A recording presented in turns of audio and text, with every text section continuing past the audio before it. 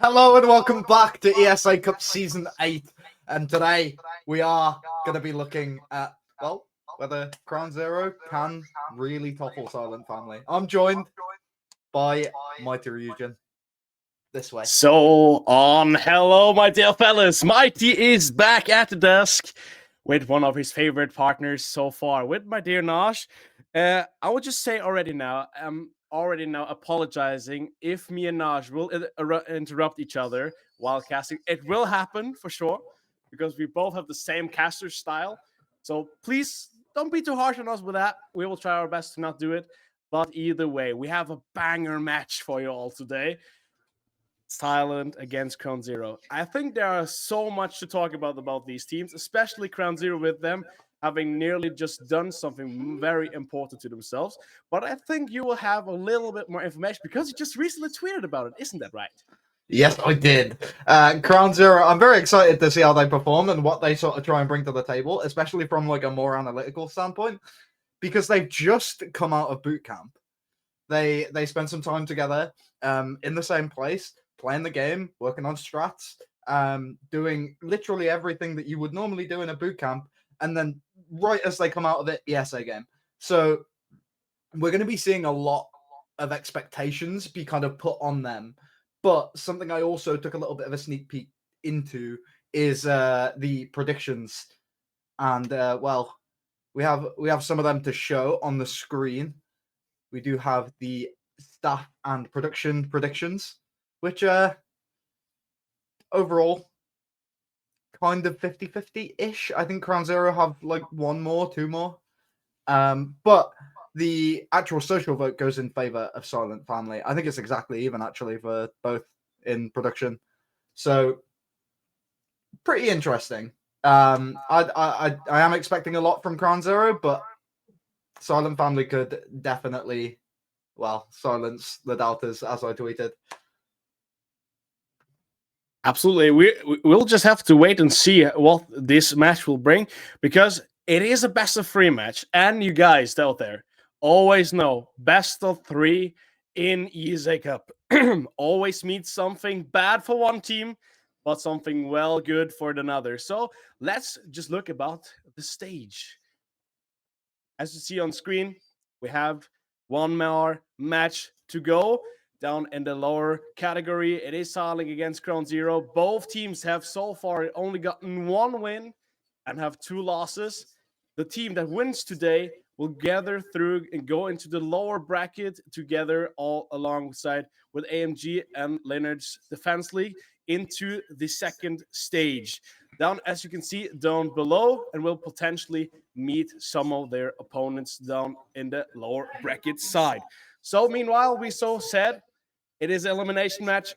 Each one of these teams will have to force their way through. And we will see 3 maps, potentially, with so much centimeters of ground being fought out, hardest way possible.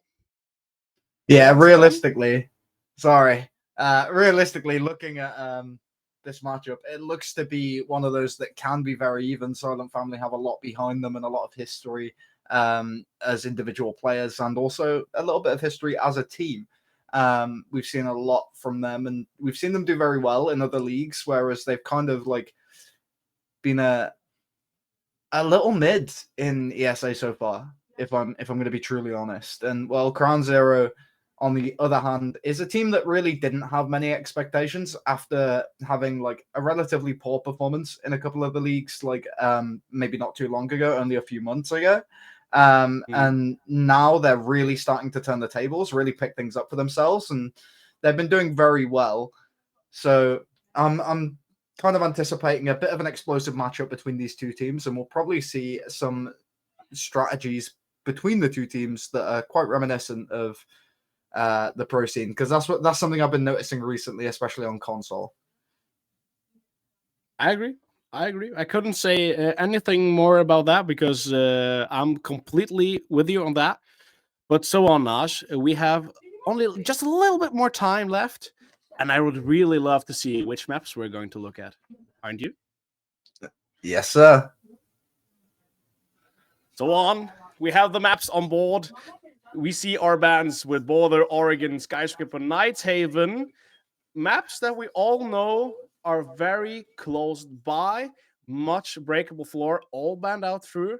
Then we have our first picks with Consulate and Bank, even though I think Consulate is a very interesting pick because I haven't casted that map so many times, especially not when it came from the side of CrownZero, because I think this map was a ban from the earlier stages from CrownZero earlier, back in the days. Then we also have Clubhouse and Chalet banned, and as the cider potential map, we have Cafe. Those are three big maps with a lot of ground to take care of. So I'm very much convinced this can go either sided, and also it will be about those key positions. Who can hold or take these key positions the faster and hold them the longest? That's my opinion on the maps. What are your opinion on those maps that we will see today? Well, seeing Border and Oregon go out pretty much straight away is a pretty telltale sign that neither of these teams really want to rely on the mechanical skill. Neither of these teams really have that sort of favor towards each other, or enough of a favor where they think it'll give them an advantage. So Skyscraper and then followed by Nighthaven Labs, they're just two maps that are pretty defender-sided. They want to try and sack them off.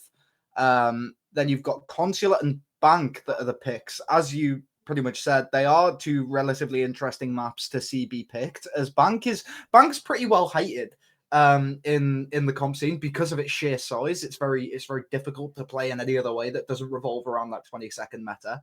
And it's one of those that very much relies on that sort of vertical pressure, even though it has such a lack of vertical angles. And then on the opposite side, you've got Consulate. Consulate has so many vertical angles, but is again one of those maps that you can only really play horizontally if you're playing towards the top or the bottom. Once you're on the middle, you have to play those verticals on both sides of the table. You have to play the top, you have to play the bottom, and that's where it becomes a bit of a struggle. But then we have the box itself, like the little box of Cafe, that has just kind of ended up here after these two huge maps have been picked. By the way, like, these maps are massive in comparison to a lot of the other maps in the pool. And then we've got Cafe, which is a complete drift from this sort of like horizontal play style that you can play but isn't recommended on the other two maps, to this map that is heavily reliant on your vertical pressure. So more than likely we are going to be seeing a lot of vertical play from these teams, and we are going to be seeing just a lot of general sort of off-site pressure in general from them. Again, I can just say I am completely at your side with that as well. But the major thing we were just talking about is we have two great maps, big maps with a lot of ground to take care of. Well, that's one play style. And then we have a whole other play style that depends on this third and the cider map. Even though I think we will only, I'm giving a fair not call. I say we will see just two maps today. I don't think we will go to Cafe. But even though, if we should go to Cafe, it's really, after my opinion, about the team that adapts the fastest on switching the game style, switching their play style. Because if you play a certain style on Continent and Cafe, Continent and Bank, you won't need that play style on Cafe because there's so much more to take care of in Cafe, after my opinion. But with that said, I am finished. I'm pretty much hyped for this map. I can't wait a second anymore. So on, I will just wait and see when this map finally begins with Consulate. Well, that should hopefully be happening soon. But I'm just so excited to see. I'm just so excited to see CrownZero actually come into this matchup. I really want to see what they can bring to the table, and I really don't want to be disappointed. I might be applying a bit too much pressure to them, but I think that they definitely have sort of like a lot to show here, and I think there's a lot that really can be said. There's a statement that they can make in this game. But speaking of statements, we'll cut ours short and we'll cut to a break as we prepare for the map of Consulate. I apologize. So we'll see you there. See you then.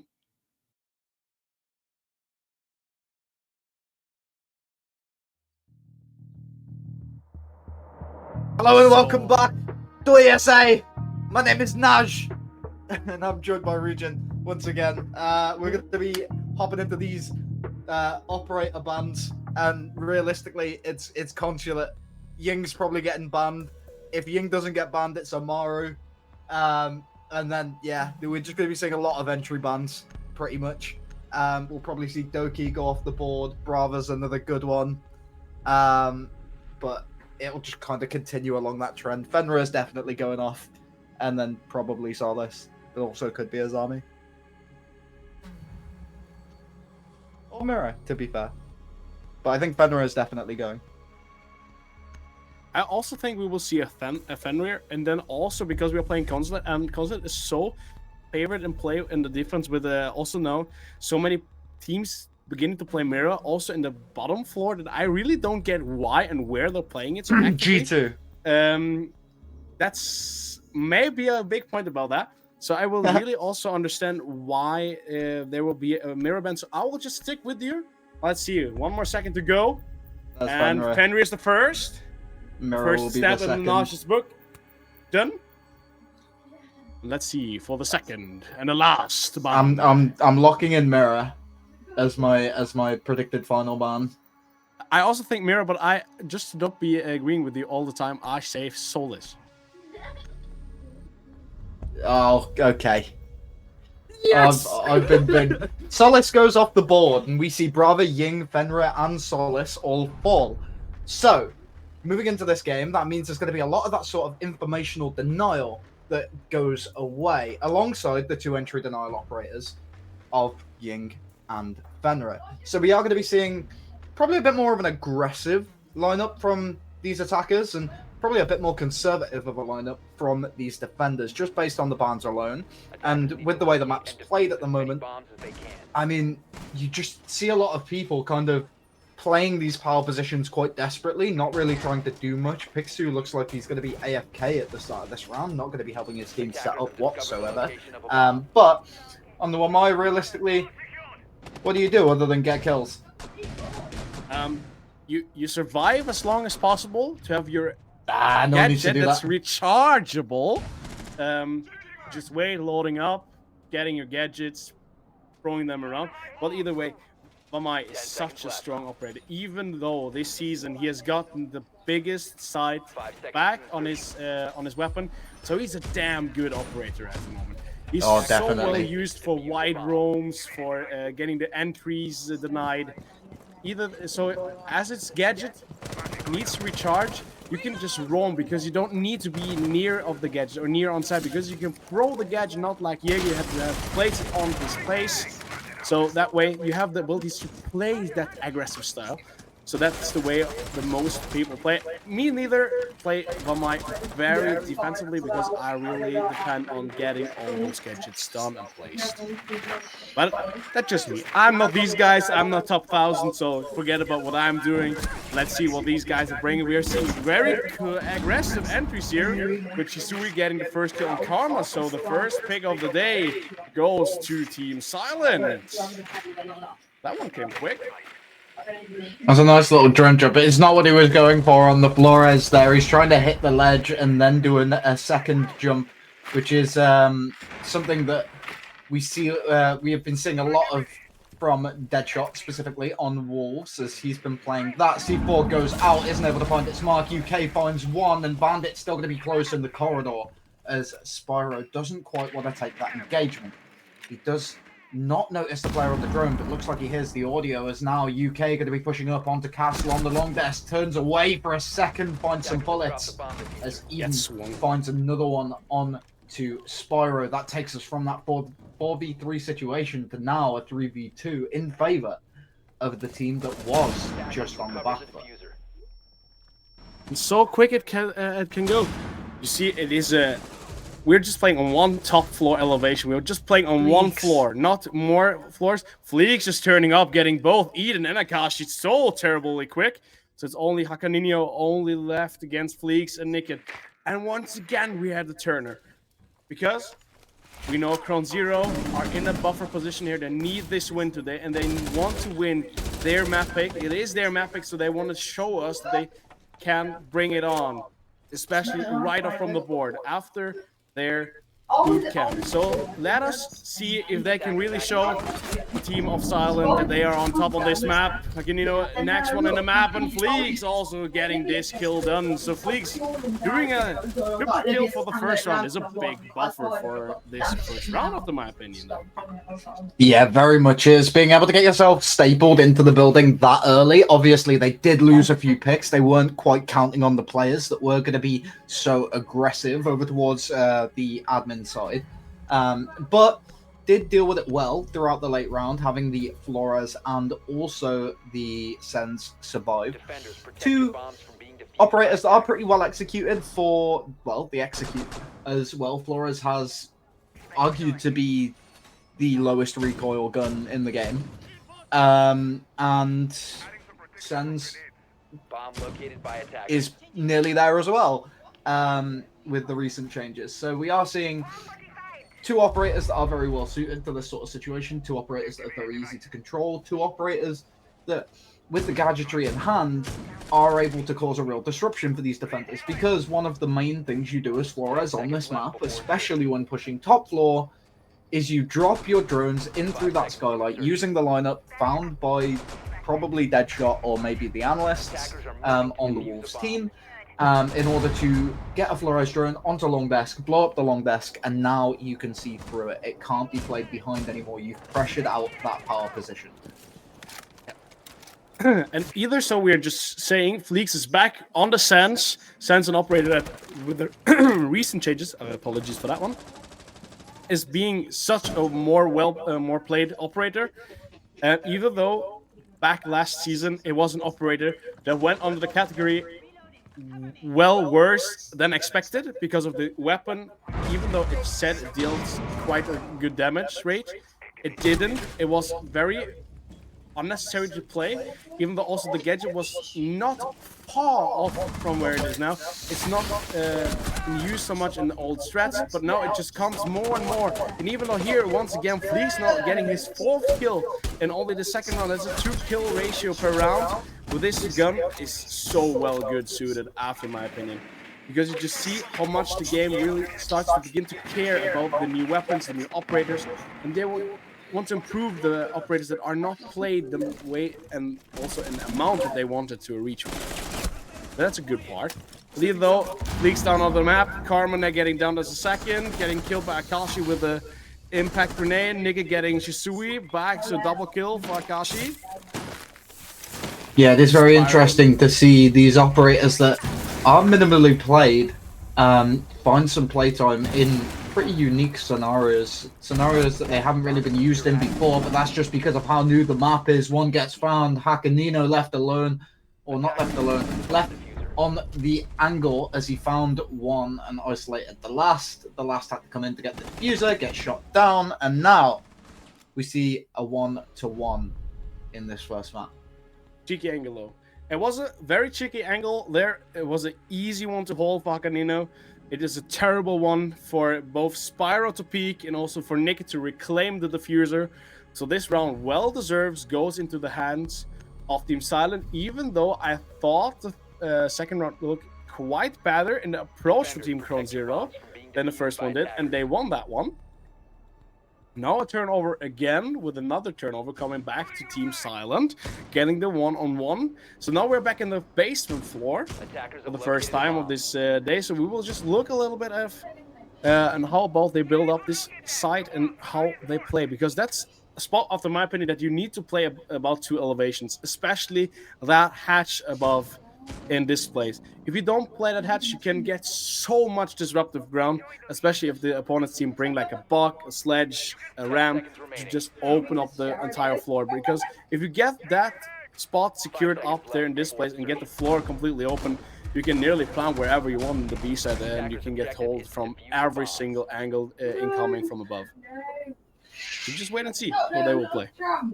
Yeah, both teams are playing pretty much as I expected. They have these operator lineups that are just very reminiscent of teams like G2 and stuff like that, who were the early team to actually, you know, put the work in on Consulate. They were the first real team to actually start slamming on this map, and we are going to be seeing the Legion just kind of hover around, see if he can maybe get some sort of play on towards these isolated attackers, but it is going to be Ash UK to move in through the main door as Fleeks is taking a bit of damage on the downstairs. Shisui still going to be around and just kind of seeing what he can do right now. The Jaeger of Pixu going to be noticed on the opposite side as well. He tries to get some shots in, but isn't able to find them. Spyro knocking out Shisui, opening up this third round on the first map for the defense holds of Team CrownZero. So 1-man approach and 1 man in the retrospective of the meta. So we will wait and see if CrownZero can get more grounds taken. Pixui also gets some shots dealt to him, nearly down 40% of his health bar, holding that angles. But we have to say, even though we have lost 1 player side of Silence, they're picking up so much time. CrownZero taking way much time than I expected to come close on this bottom floor spot.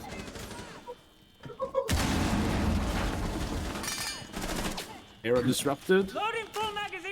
There is just a bit of fire going on right now on towards this mirror. A lot of contention as well. The Monty has gotten very aggressive, but this push is not very widespread. They need to start moving players in through the opposite angles, and there is going to be a flank coming in as the hatch drop comes out. He's behind 1, gets a few bullets off, but isn't able to find it, as they now are kind of aware of that man's position. He has to move out the way of the C4 and ends up moving into a player's LOS. Ash, or Nickit, sorry, going to be coming around the corner and see if he can find that engagement for himself. Isn't able to. The Monty in sight now, isolated, a player on either side.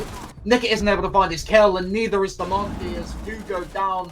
It's going to be another round for the side of the defense. Silent are pulling forward into the advantage. And this is a round that shows what I mean with getting the play or the strategy thought through, but then reacting. You know, okay, the opponents come from backside. I saw 1, 2, 3, maybe 4 guys. So there's maybe 1 going away. But the main part of the stack of the opponent's teams come from the back and side of this floor. And so quickly, Silent begins to adapt. They put 1 roamer that was all above in this top floor side, back down the stairs on top of the hatch, dropping down, getting a back flank, pressuring them to go further forward because they were breaking. They came through with the Monty, as you saw. Monty completely aggressive, close at the mirror, but didn't get an inch further because every single man, the Ying was stuck in the box room. We had the Ash not moving out in the hallway because you knew there's a Malusi edge, and I'm getting aimed off by Pixui with the Jaeger. There was just no play intended there by CrownZero. They came forward and stopped, like they hit a wall. And that, Red specifically thought about, you see Team Silent just adapting and finding a way to flank them because, okay, they're not coming any further, so they're stuck there. Let's give them pressure from the backside. Sorry, how much soft utility do you need? You've got Ash, you've got 6 breaching charges, you have a shotgun secondary of the ITA on the Jackal, then you have the skeleton key and 3 buggies, and you're telling me that you don't have enough. I understand bringing spare is fine, but every single operator is able to play verticality, and that is exactly what you're trying to bring to this site. Maybe they have just seen the recent TikToks with some guys randomly flying through Consulate that has destroyed every single square inch of breakable floor just to show you how much verticality is possible in this map. Maybe they're just trying to re-show us that. We will see. In the very beginning, before it was switched off of, they did also have the sledge instead of the Jackal, but 1 kill is found, another one found as well. As well, Fleeks is going to be the first to fall on the side of the attack. Ace going to be approaching, trying to get that mirror window open, but the Wamai gadget catches the Selma, and they are going to be in engagement on long desk. Pixu finds 2, and now it's going to be a 2 versus 2 situation. Hakanino and Pixu left to fight against Karma and Nickit. They do have the Jackal pings on 2 so far apart from each other. So far away from each other. But as you already said, it is again one more time when we get a flank done by a player of Silent that works. It disrupts the play once again. Now we're getting pulled out. Beautiful double play there by the teams. Now Hakanino is the one and only left. He got spotted there from the bug, after my opinion. But that's a well recovery from the teams. They don't know where he is. Nickit hears him. Nickit finds the kill. Oh, that was a whiff. I was seeing Nickit dying there in this scene like 3 times. Oh, yeah. But once that was a whiff there, I think. Once again, it's the 3rd of 4 rounds that I've seen where I think, okay, this team has such an incredibly good start on the round. Then I see a play coming in, like a flank, backstabber or something. We just think, how the hell do they recover from that scene? And then again, they lose. Like here, you have Pixu coming from the side on, from the stairs, getting 2 kills, getting the diffuser drop. You see, Nickit has to recover back. His teammate has to come from the side stairs. They have to push them together, even though it's risky because the helping hand for Nickit could have died there in the situation because Pixu was waiting for him, did not finish and making the kill. But either way, he disrupts the play so incredibly good, takes off so much time off the clock, but either way, they cannot find a way to secure this round. Because of my opinion, Hakanino going for the roam on the completely opposite side of the map. They're so far stretched from each other, there's no way that they can play together. You see CrownZero play together to define and find a way to get the diffuser back up and picking up Pixu. None of this was intended by Hakanino helping Pixu. Either way, he was close enough to do so. Yeah, the mid-round adaptation on the defensive side has been pretty phenomenal so far, so they have been able to recover from a lot of these situations. On the other hand, though, we do have the side of CrownZero, who aren't exactly looking as strong as I expected, but I think it's as they're slowly starting to get themselves warmed up and into the game, feeling out their opponent and making sure that they're in a much better position. But as of this point, we've not really seen the level of coordination that we really expect from a team that has just come out of the boot camp. There's a little bit of tension on the yellow stairs, and now the buck from below is just going to be trying to push out these positions. So he's just going to be making more holes, seeing what he can find, seizing the Lucy for just a second, but isn't able to find the kill, and now going to be trying to find it again, as Asami is trying her luck as well. But Akashi, interestingly, tries to play against those vertical holes from Karma. So Karma was there really much in a typical vertical fight with his own holes that could maybe potentially have got himself killed. And that would have brought me to doing a phenomenal Star Wars job. But as I haven't seen it so far, I will still wait with that. Yeah, 2 players were shoulder to shoulder for a second there over on the window towards Spiral, but the vertical angles do end up being the death of Fleeks. Man on the upside down repel tries to find one more, but Shisui... Naj, just wait for a second. No, I have to do that. As you see, you can do vertical holes, but you then have to think about, okay, if I try to get an opponent once or twice and I don't get it, roam away. Not be standing there, because there will potentially come someone helping him, and that way you get yourself the disadvantage and you give the opponent high ground from multiple angles and you get yourself killed. Anakin was the best way to show you guys in Star Wars not to deal with high grounds. Stop it. When you don't get the kill in the first or second attempt, I lined up. And once again we see a lineup. I'm disappointed. The way CrownZero plays, there's such a big brain style and way to do this play. They have a build-up that looks, after my opinion, phenomenally well thought through.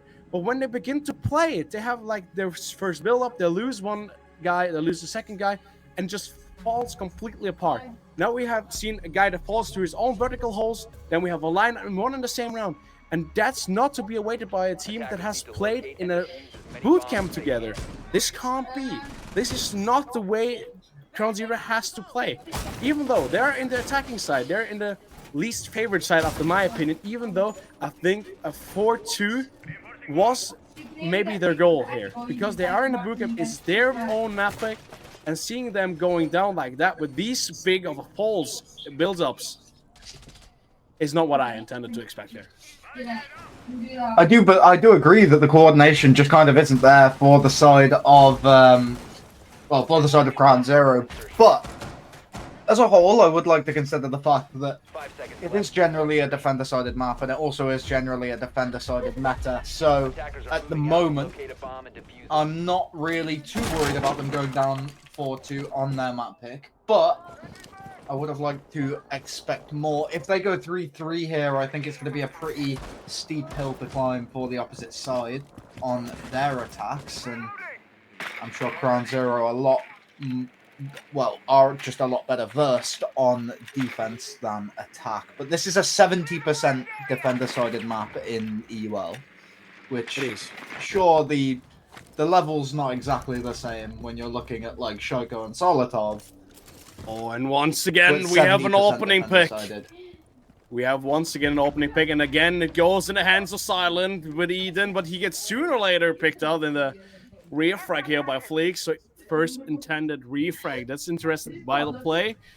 Important with Eden. The Oryx went out of the game. Nicky picking up Akashi, and next one roaming player gone out of the books. It's only one more to go.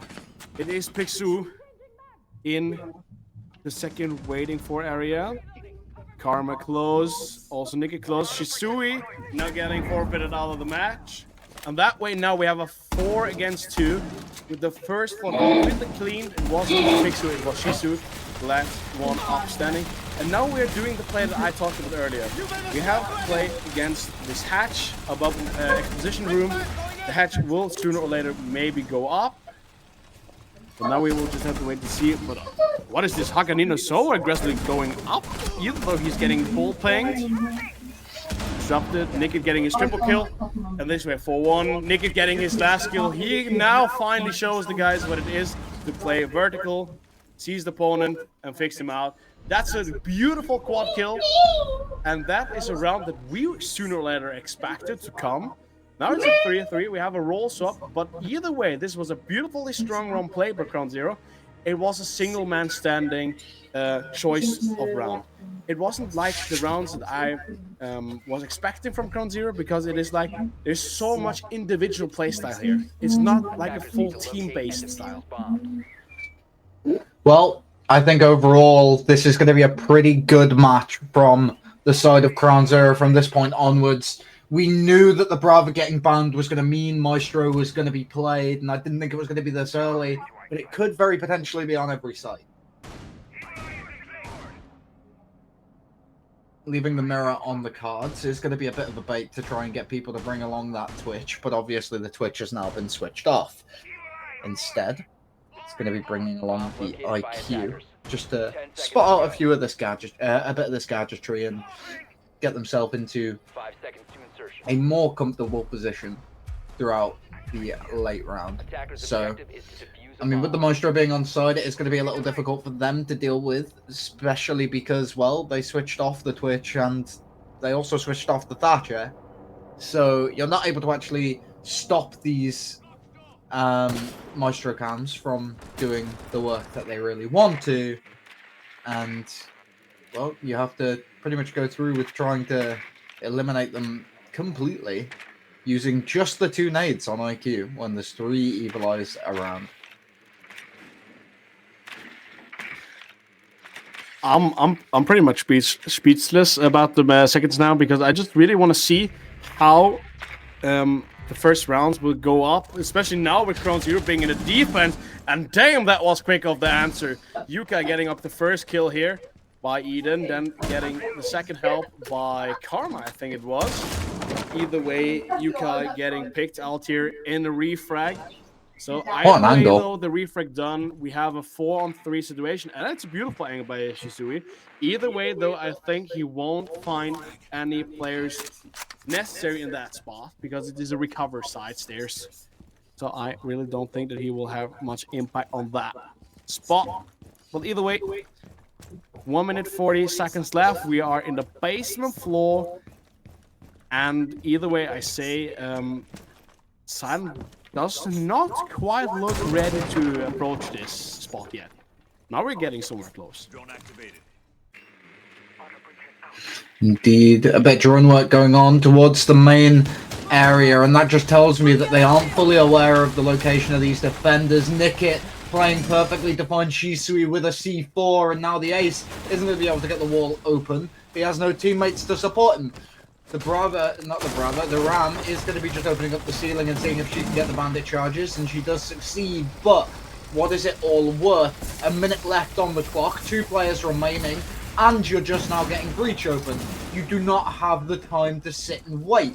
And the tentativeness from these players that is going to be coming out of these 2 attackers on the breach and yellow stairs is going to delay so much more. The equalizer there, the man's on the lockers corridor. Everybody is so passive on this defensive side. Nickit goes for a swing from the cafe towards the yellow door, but can't find shit.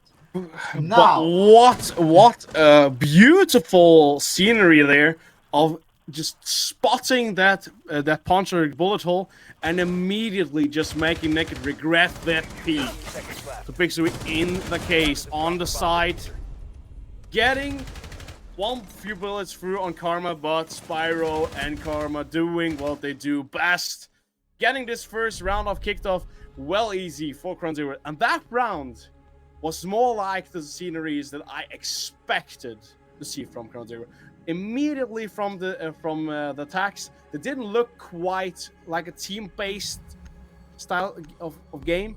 Immediately in the first round of defense turns into a team play. Okay, we have intel. Okay, I know in this in the camps, I'm hearing him here. I'm pinging you there. Throw a C4, get the kill. C4 comes, kill comes. Either way. Every single time someone of the opponent's team from Silent gets at least 1 bullet on them, they're immediately thrown out of this round. And that's what I really talk about here. If I know anything about Comp Siege, I see a Valkyrie, and I know there's going to be a large roam presence on this site. There is a helicopter going past outside. I don't know if you can hear it. You probably can. It's probably annoying. But we are going to be seeing Fleeks pick up the Valkyrie and Spyro pick up the Mirror. Obviously, on this first floor site, Mirror's not really very well used, so instead she's going to be utilized above. And this is one of those big things with the Mirror that is a lot of fun.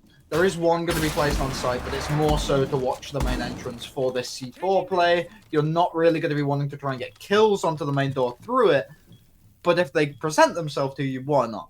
But it's a safe corner to have the Mirror. It's a pretty safe place to play the Mirror, and then you've got Nickit on the cover as well. Fleeks is going to be on the upstairs, as I already brought up, and well, Spyro more than likely, or not Spyro, UK more than likely going to be up there with him, so we do see that is the case. But Nickit being like, when you see now in the roles that he's playing so far, with the exceptions of the round where he was playing the Ram, he's playing the more defensive-based operators in this roster. But either way, he gets his kills done. When he needs to do kills to win rounds, he does so. But now, once again, round 8, first pick thrown out. And again, it goes to the defending team, with this time Shisui getting pulled out by Yukai. But again, Yukai makes a kill and gets immediately drawn out of this round. Well, this one came back from Akashi, I think it was, with the ace there. Yeah, So both of the entries losing their life early, and that realistically doesn't mean a grand amount. You've lost to Amai, yes, but realistically he was upstairs. He was only really playing for himself. The clock's already burned half the round, and all you've done is kill Thinker. You've killed one man and delayed everybody else. They've not even got full control of upstairs, and they're still scared to make it any further. They've seen the C4 that's been replaced, and there is still going to be a man on this mirror window. They want to try and take the swing across the side, but spotted by the Valkyrie, is Akashi. Akashi falls to the Melusi inside of the site. And now they're just going to be contesting backwards and forwards. The Ash runs in. They find one each. Karma and Fleek send the round in favor of CrownZero. And once again, we are having an attacking team who approaches the spot from above and say, we need to take top floor control. They go in the side, they go on into the building, and immediately it begins to spread. We have like 3 guys roaming, getting into, and we have 1 playing all by himself.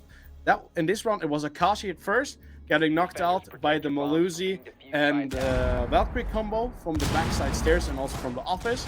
And then after we had the second round with Pixui, then just having no more bolts in his R4C, picking up the pistol, immediately tries to run at the Melusi there, does not pick up the kill, but either way, if he would have picked up the kill, we have an Valkyrie straight beside on the top yellow stairs, close to the bathroom, who is immediately on the position to take a refrag. You see the positioning of Team CrownZero here in the defense is immediately, okay, you rot 1 position of us out, we have immediately 1 second right beside to rot you out from your gain position. It's always about these refrag positions in the defense, and that works so far so good for Team CrownZero, and looks a little bit more, as I told from the defense and the attack, it didn't look quite team-based, but now it does. Now we see players playing and thinking as a team, playing together, giving each other calls and each other helping. So that's a meme breaker here, after my opinion, why Team CrownZero, after the role swap, where they a little bit struggled beforehand, now start to gain advantages and also be 1 step always ahead from Team Silent. Indeed, we are just seeing a lot of this back and forth within the round, but then eventually it just all falls to pieces. At the very beginning, we see a bit of trade work, but UK going to be first to find a kill, finds Eden, and Hakanino going to take a bit of damage on the outside as well. He's on the Valkyrie, he's got the Deagle in hand, wants to try and find, or not the Valkyrie, he's on the Azami, wants to try and find this kill, does indeed in the end, and Shisui going to be making his way up these yellow stairs. And this is where it gets a bit scary for... It's disrespectful. Yeah. This is where it gets a bit scary for these attackers, because you're looking at, well, a team that has absolutely dismantled you. They've clearly done their homework. They've seen that you like to try and perform this way. You like to try and take this route into the site, into the building. And when someone's playing in this area, you want to try and flush out this person first. And they've clearly put a lot of work into knowing what you're going to do next. And they've seen that you go for this garage take. They've got the vertical angles on it. They've got the man on the hatch. And now you've got to try and pick up the pieces in a 3v5. But that's also the great difference about the teams in these competitions. Make it be on our console side with ESA, but also on the PC side with Voltage. You have so many good teams, but then the big difference of the teams in the further stages are the teams that have like a strat coach and an analyst who really do their jobs for fun because they love it to do. They're watching games, reading into game reports about the opponent's team, building up strats, building a lineup, and say, okay, we want to counter this play stuff on the team, and it works. And that is the way that we also now see in Siege in the commercial side. We are just a T4 league here. So you see more and more teams getting those type of players, like strat coaches, analysts, to do work for them, to do their homework, approach from the game. And here, once again, it looks like someone has done their homework and just prepared for Silent, knowing which map can we play our best against, not give Silent so much intel on us and we having much intel on them. Because here again, as you said, it looked like, okay, we know where you want to like to approach from, and we immediately meet you. You come in and we immediately disrupt your attacking flow. And that had worked in round number 7, 8, and 9 so far. After mapping. I like the Skinergy as well on the side of CrownZero. Every single player using the wildcard card background, and they are going to be rocking that as their sort of, you know, house of cards, team play stuff. First First that with the backgrounds, first that, but also it shows a team mentality. Yeah. It shows, okay, we are Unison. individually good players, but we're sticking together, because as long as we stick together, we can show every single team here that we are to be taken serious. Attacker's objective is to locate a bomb and defuse it. Indeed. And, well, with the way it's gone so far, they definitely should be getting taken seriously with the matchup that we've seen at the moment. CrownZero just seem to be kind of running away with it on this defense, which is exactly as I said. They are going to be much stronger on the defense than they are on the attack, and it's going to be a very steep hill to climb if it did go to that 3-3 half. And indeed, as it did, Karma and the Legion of UK going to be just spotted out inside of Piano. Both of which falling off the moment they got the drone, because I think they're either aware that there isn't going to be another coming in straight away, or they're aware that, yeah, maybe they're going to start applying pressure from multiple different angles, locations, on towards us. And realistically, with the hatch being open, if we fall off now, they not only have to check below to actually be able to start opening up, but they also have to clear the top to make sure that nobody is going to be hanging around. They see the rotate, so now they've got to clear the full floor in case anyone tries to make a full rotation. First kill is found. It's going to be Nickit once again with a C4 onto Eden this time. And once again, it's Eden falling out. This time, it is the Ash, the only operator that is brought who has the gadget and the abilities to do soft breaches. And as I told on and spoke about earlier, on this bomb set, it's depending on that you maybe get this hatch open and also getting flanks open from above to then hold your teammates from above. This does not apply here, and Nickit picks up a double kill, getting thrown up by Akashi, who has the glass on site. The plant does not go through. So either way, we have a 4-on-2 situation. Once again, we have a team coming into the building, having a strategic plan, trying to go to the plant, but once again, they're getting met up high by the opponents, by the defending team here inside of CrownZero, and immediately disrupting. Okay, you have breach, good for you. You have no angles from above. Okay, we will make that to our advantage. Take those angles for ourselves and immediately disrupt your try of plant. They disrupt the plant, get the planting player out of the round, and now we only have Akash against 4. Diffuser dropped, 35 seconds on the clock, and I think you can agree with me. This is an impossible round for Akash to clutch. There's just no way that we will do that. Indeed it is, and it's going to be a trade for UK and him to end this round out and end this first map. 7-3 in favor of CrownZero. And well, with that match being finalized and the second match more anticipated than ever, we're not going to keep you.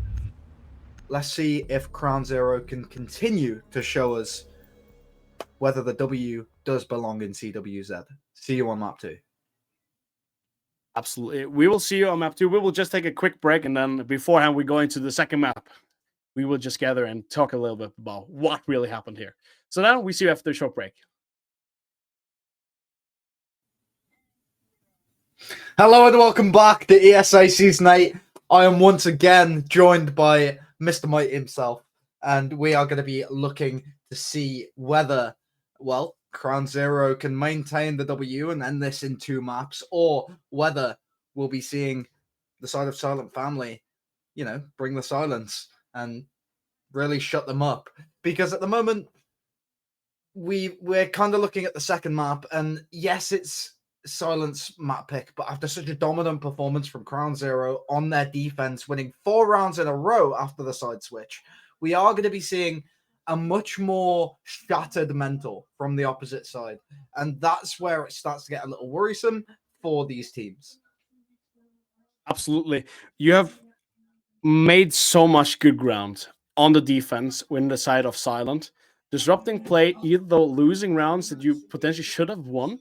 But immediately after the rolls drop, CrownZero was so straight ahead of their game.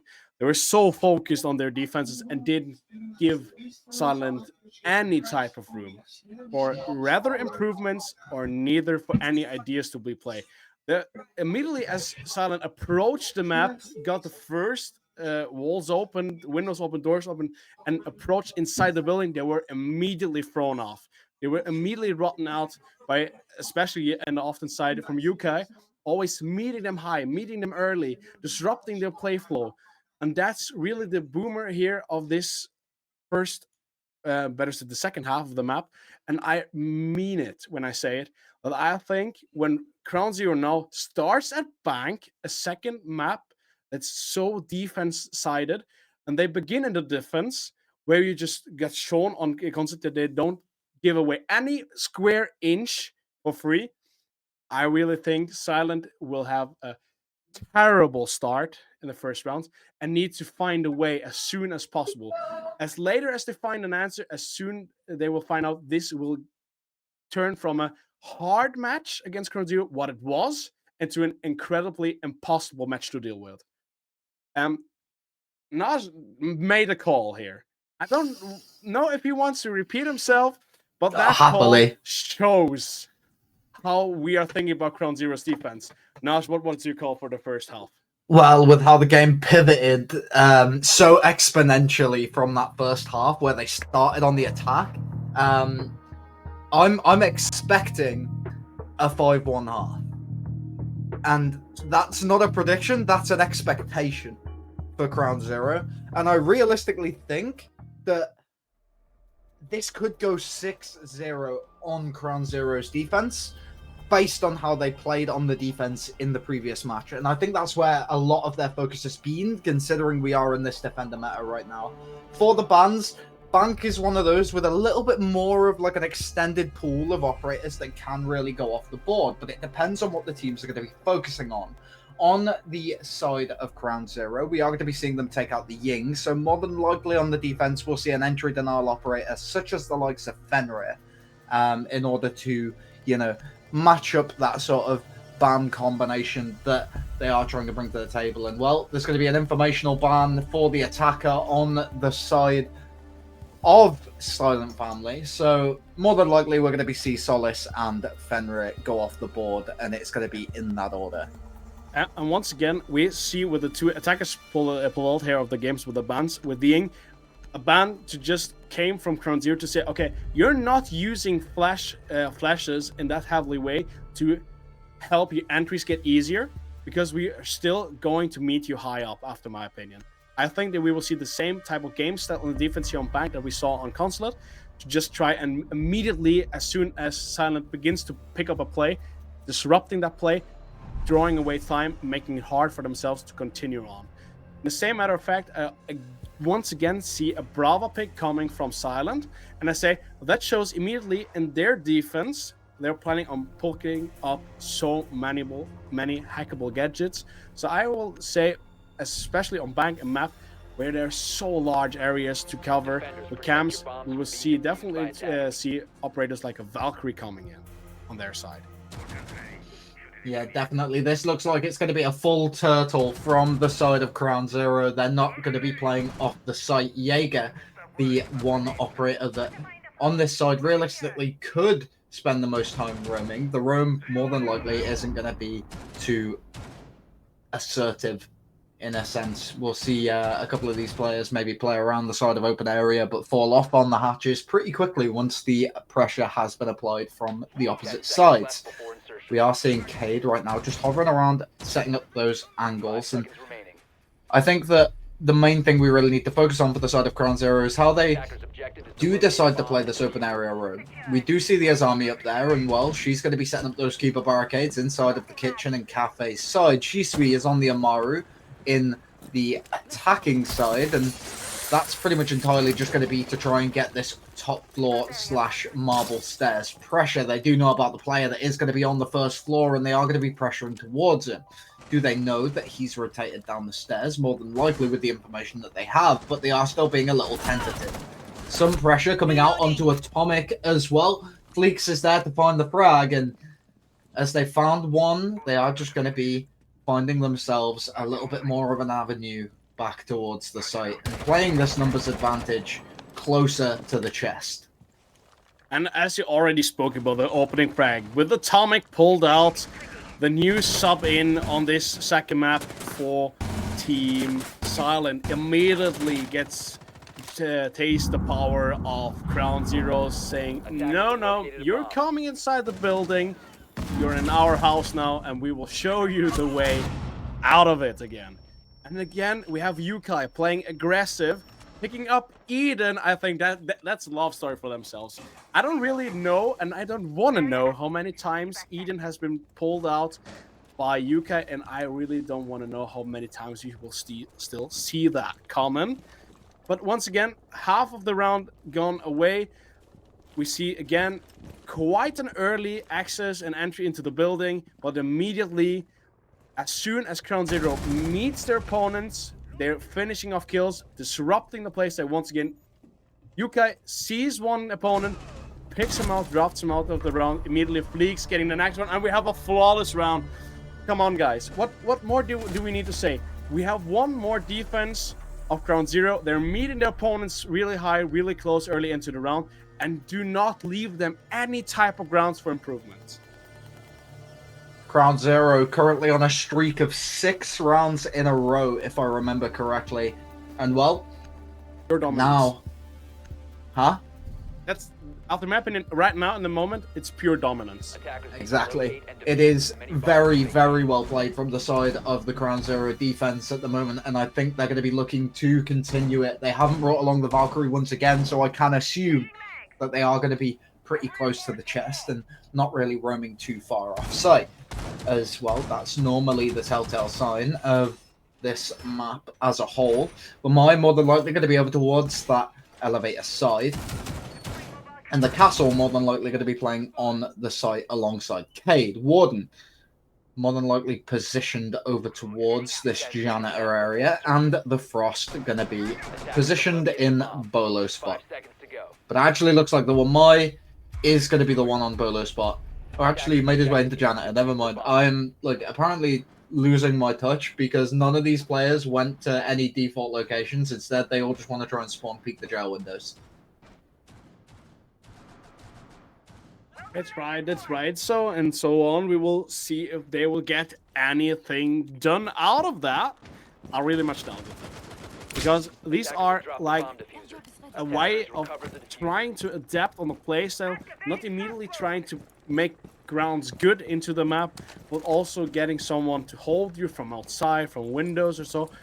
But come on, Fang is such a standard, even for CrownZero. They know, okay, we're putting ourselves in positions to hold angles downwards through the big opening lobby and also ATMs without standing in the chance of getting yoinked out from the windows. And once again, Yukai gets the first opener against Atomic. Akashi immediately gets the refrag though on Spyro. So we have a 4-on-4 equal situation here. But Eden once again tries to get any vision. He gets some vision on Nickit. But Nickit does not fall out of the round. Akashi getting Nickit now in the second after hold.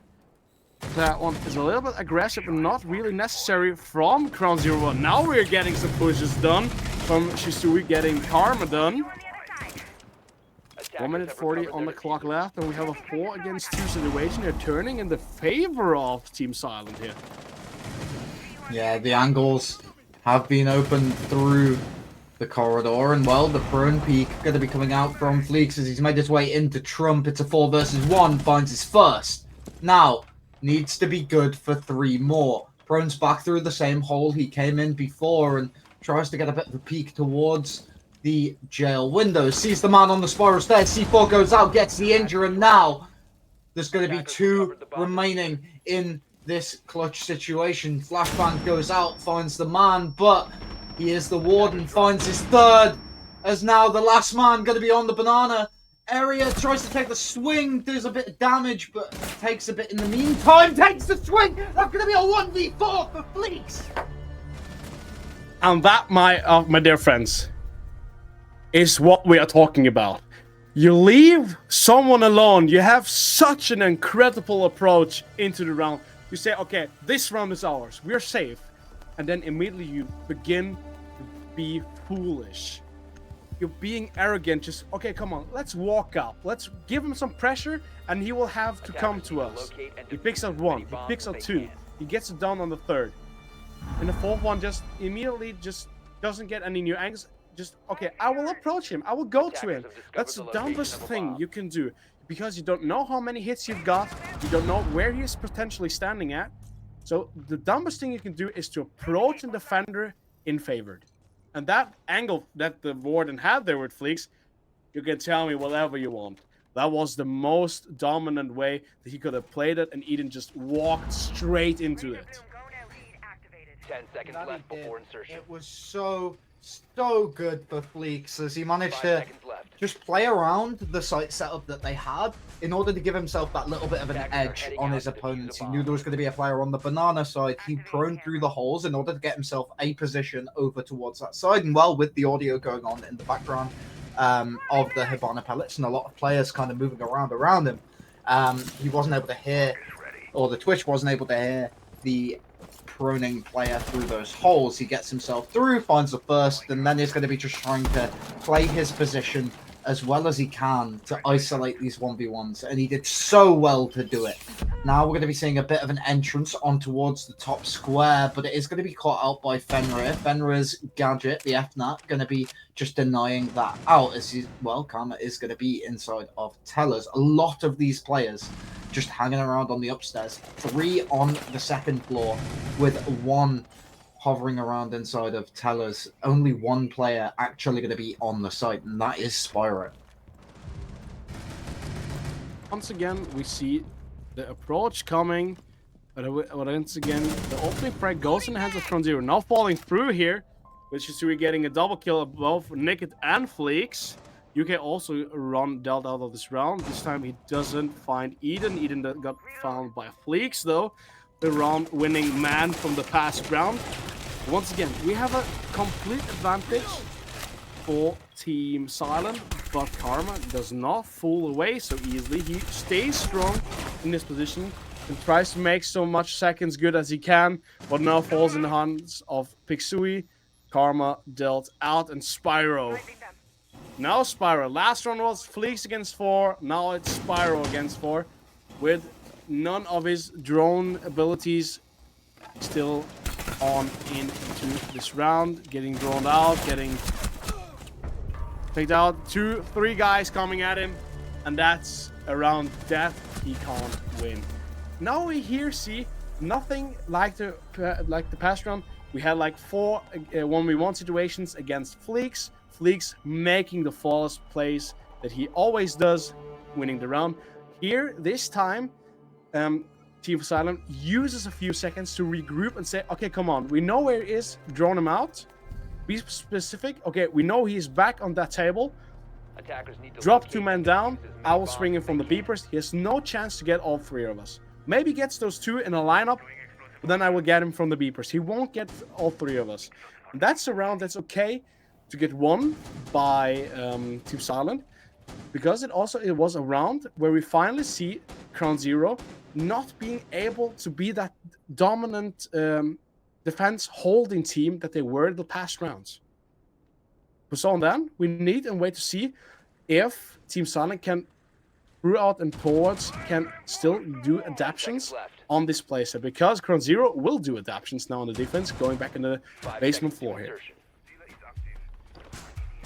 Indeed, and well, Attackers objective with the way is it's to been locate a played bomb so and defuse it. far, we expect a lot from this CrownZero side. A flawless round to start us out is where this site started the match.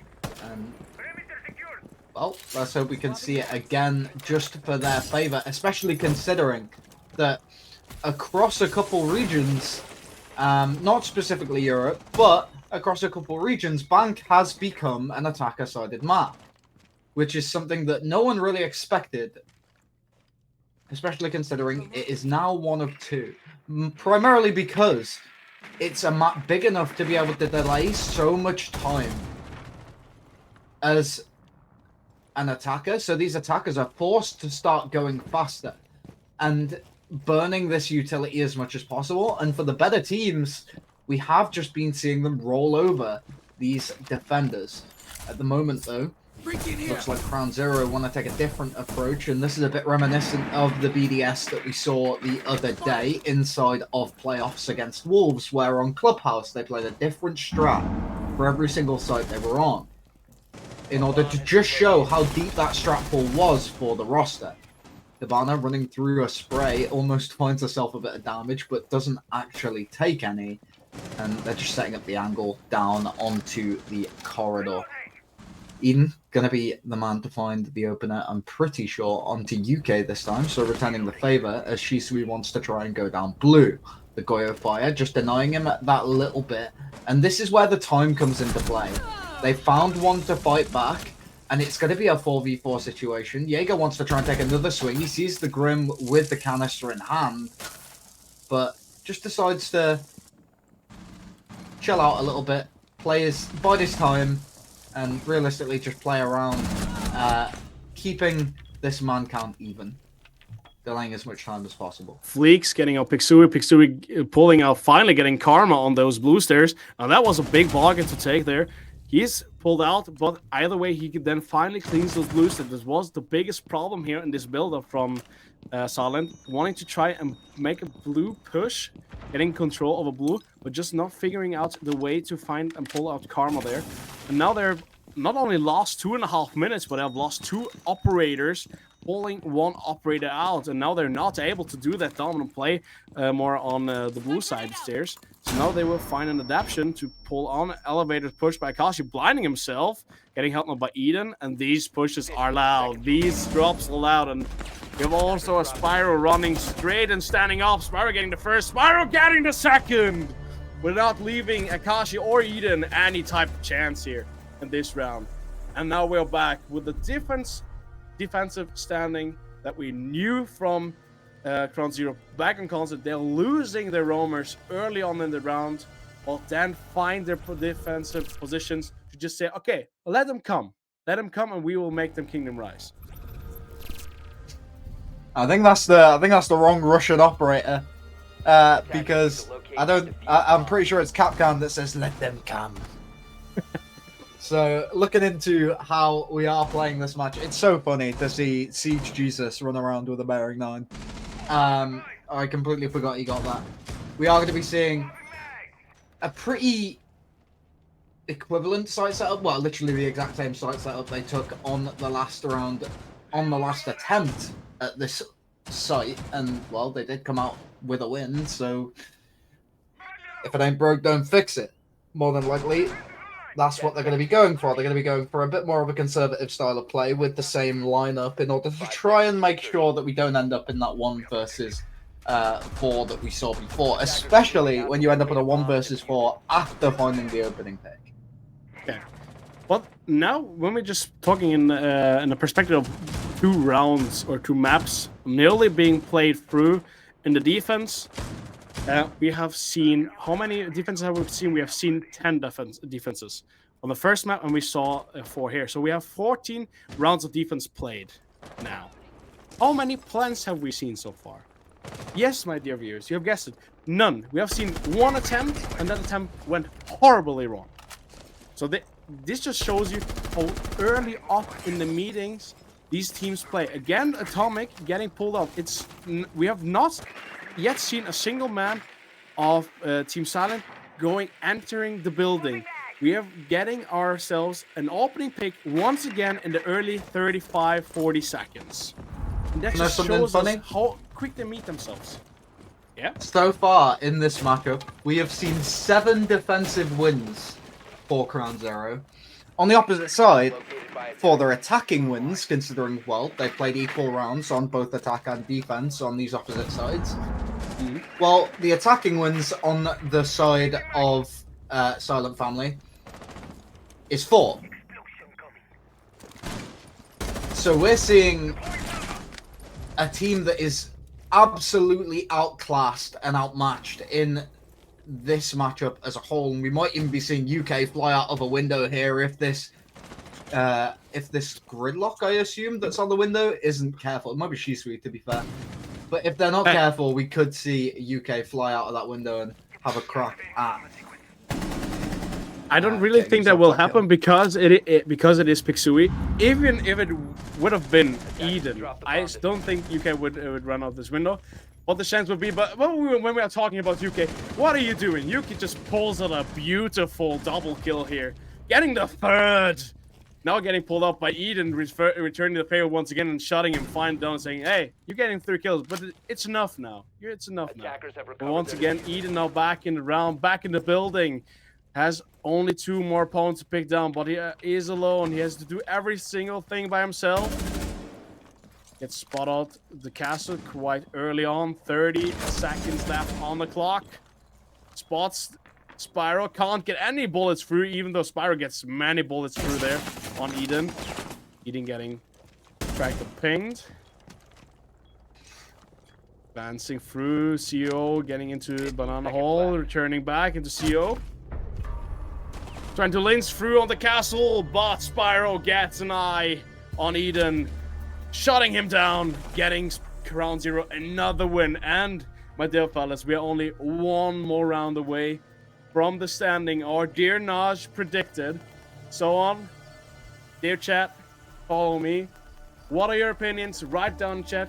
Will CrownZero do Naj a favor and get their rolls up with a 5-1? Or will Team Silence stand up tall once more and get their 2nd round point?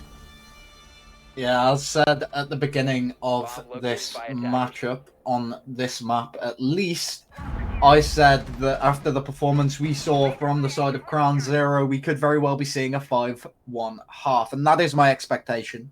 And I said that my prediction was 6-0, so my prediction may well be wrong, but the expectation could still outlast that prediction. At the moment, we are seeing pretty much the same site setup, pretty much the same operator lineup from the side of CrownZero. They are bringing along the Valkyrie, so they are going to be playing a pretty heavy roam. They have decided that they didn't have enough information with just the 2 yokai cams alone in the previous attempt at this site, so they've sacked off the Wamai in favor of a Valkyrie.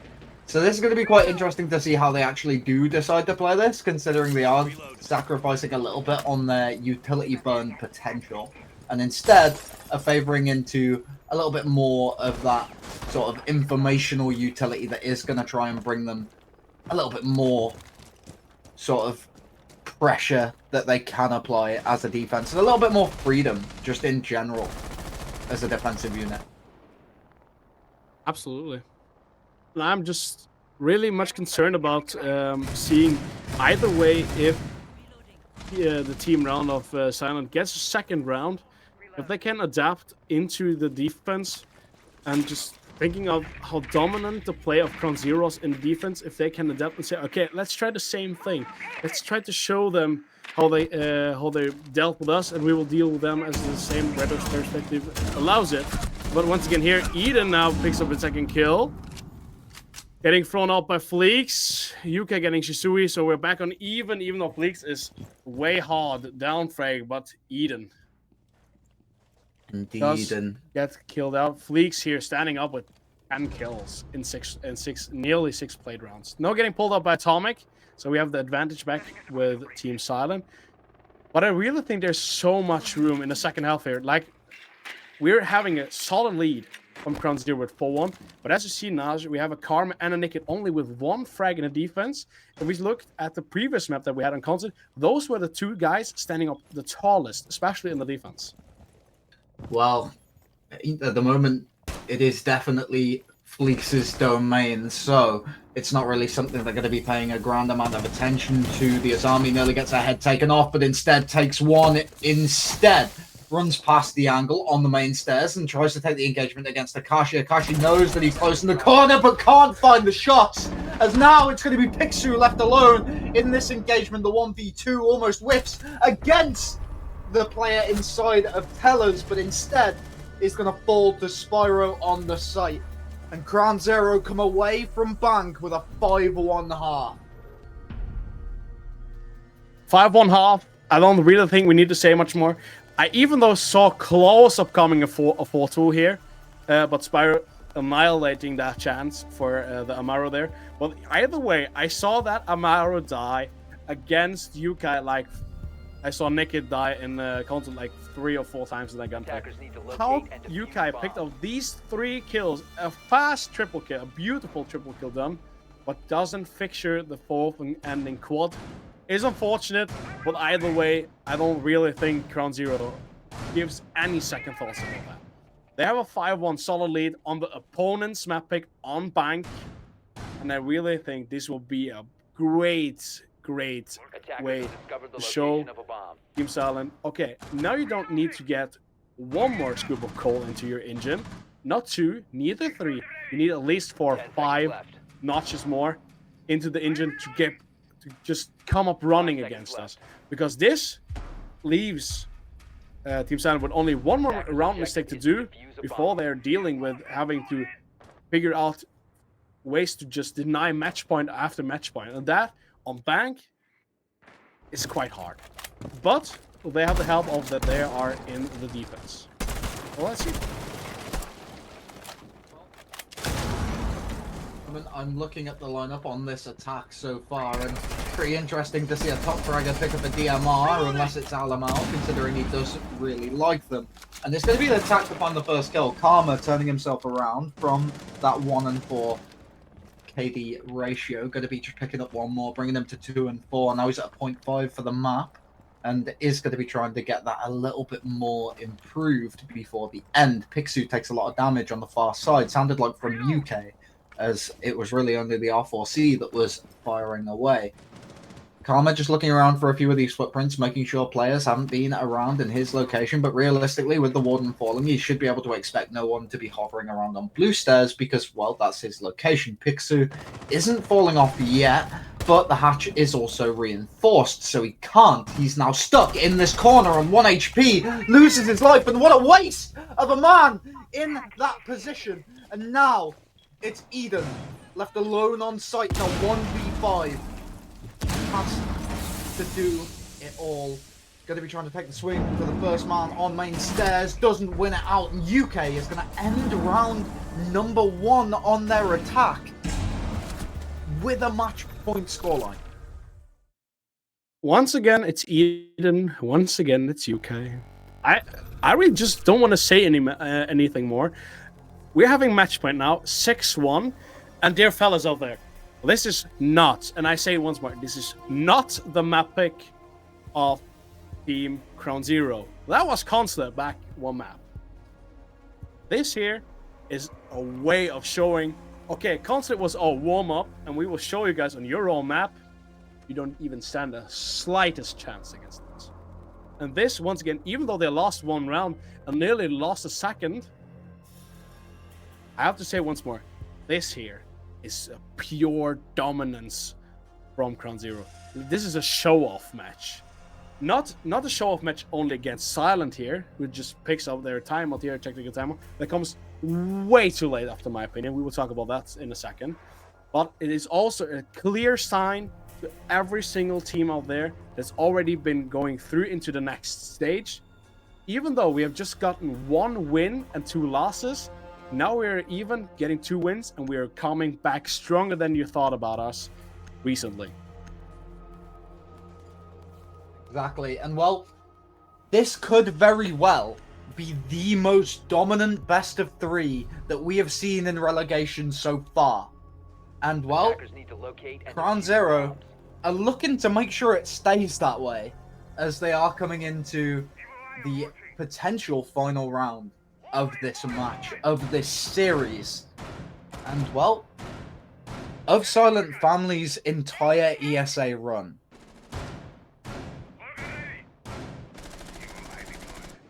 Attackers have discovered the location of a bomb. Number 8, as we move in.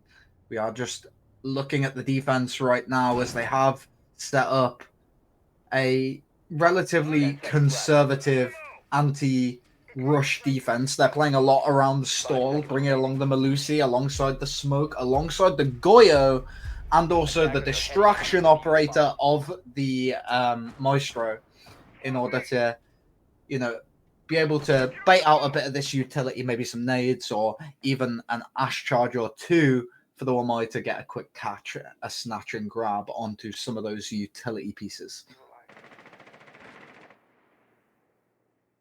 I'm completely speechless. I'm completely blown away by this match, because after my pre-World Cup of this match, with me reading into the teams, how they played the past seasons, I was like, okay, both teams were struggling a little bit in the past. Now, doing some improvements, getting better, getting more into the games, into the maps, improving their play stats. I thought, okay, this could more likely be a 3-mapper with many close games that I thought of. This year, the first match began off with, okay, both teams are not warm yet. There's some flaws in the build-ups. There's some hiccups here and there that makes it even. But then CrownZero begins to take off. And I think, okay, let them take off on the first map. The second map, they may be a little bit exhausted. And Silent comes back. That doesn't happen. We see 6-1, pure dominance. Right now, we have 1 minute 40 left on the clock. So the game plan potentially of Silent works with letting them play, letting them use much time with roaming, and then taking the advantage of opening hatches and then begin their build-up for the bottom floor spot. We will have to wait and see. But after my opinion, this will be a map that will be soon, very, very soon. Indeed, we are seeing a bit of this vertical pressure come out from CrownZero, and they've done such a good job to really play the time. They've managed to get themselves in a position where there's still a minute remaining. They've got control of the marble stairs. They have these hatches open. They're getting themselves into server now. And, well, with how awful this map can be for time, the fact that they're almost ready to get themselves into the bomb site, and there's still a minute on the clock, is absolutely fantastic from CrownZero. 30 seconds, well, 35, as they pop the final Goyo over towards this CC side. We are going to be seeing Habana more than likely sprint through to the bomb chassis at the moment this fire goes away, as someone covers the door. That's what that ping is going to be for, just to tell them where they need them.